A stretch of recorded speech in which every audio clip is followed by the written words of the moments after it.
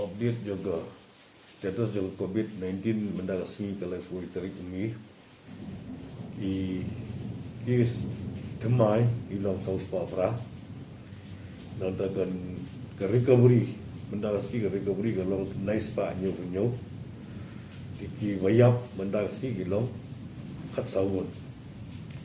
ini kade ka latest update yang COVID-19 yang mendadak sngi kalau fui tarik umi. Kalau i bagadon gajeng sngi maka recovery rate kalau lang double ya ka positive case tega padi bagadon gajeng sngi bergajeng hiar agani ka jingdon yang COVID-19 te ni kermen ba kini kisi menangwan ru nang menang duna isu